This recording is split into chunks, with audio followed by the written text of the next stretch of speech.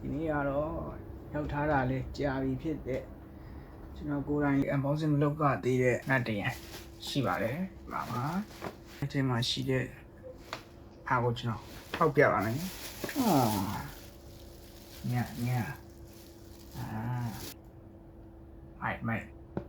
ထိုင်းဘတ်3290ကိုအရေးရတယ်။ကျွန်တော်ဝယ်တော့2,400,000လောက်ပေးရတယ်။ဖွင့်မယ်။တော့ Hello Kitty နဲ့ထားတယ်။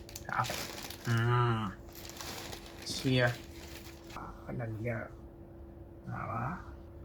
Okay ဟုတ်ဒီမှာဒီ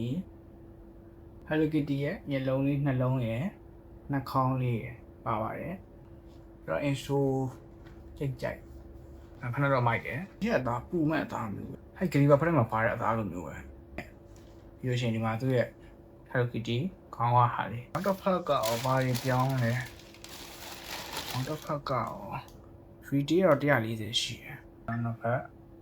လိုလေးလာရယ် Okay အဲ့တော့